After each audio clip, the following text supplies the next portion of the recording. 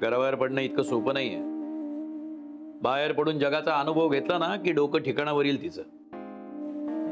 अहो पण ती अशी निघून गेली तर आपल्या घशाखाली घास उतरेल का? मला नाही वाटत ती घर वगैरे सोडून जाईल. मी ओळखतो तिला. संपी कमालीची स्वार्थी मुलगी आहे.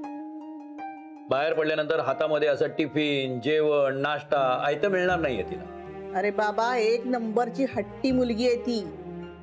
हॉटेलमध्ये खाईल. आणि मग रूमच्या भाड्याचं काय करणार? बाहेर पडल्यानंतर प्रत्येक गोष्टीला पैसे मोजावे लागतील. सगळ्या गोष्टी स्वतः कराव्या लागतील.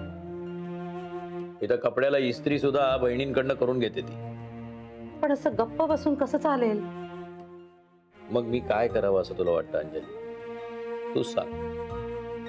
तुला असं वाटत होतं की मी तिला तिच्या मनाप्रमाणे वागू देत नाही, तिच्यावर चिडतो. तू तिच्या कलानी वागलीस ना, काय मिळालं? आज तू एवढी रडतीयस, त्याचं तिला काही आहे? माझ्याशी तर बोलत पण नाहीये ती. आईना उलट बोलण्यापर्यंत मजल गेली तिची. माझं मेलीचं मरू देत, पण वसंता, ती वागते ते बरोबर नाही. मी तर आता स्वानंदी म्हणाली ना त्याप्रमाणे वागायचं ठरवलंय. खरंच अभिमान वाटतो मला स्वानंदीचा. तिला काही गोष्टी जुळवून घ्याव्या लागल्या नसतील का घरी? पण किती शहाण्या मुलीसारखं वागतेय ती. या संपीचा स्वानंदीला अजिबात त्रास होता कामा नये. तिला काही कमी व्याप आहे. पण स्वानंदी म्हणते तसं वागूनही जर का संपदा निघून गेली तर काय करणार आपण? अंजली, तू धीर सोडू नकोस. अगं, आपल्या पोटची पोर आहे ती. आपण वाऱ्यावर सोडू का तिला? पण ती निघून जायला लागली तर तुम्ही बोलाल ना तिच्याशी? बोलावंच लागेल.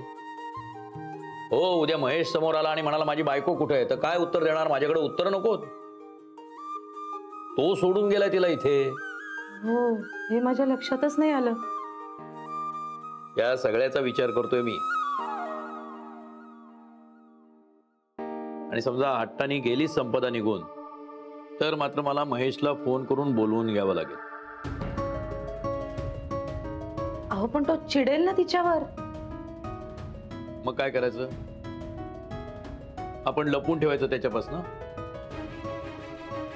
संपदा जशी आपली मुलगी आहे अंजली, तशी ती आता त्याची बायको सुद्धा आहे.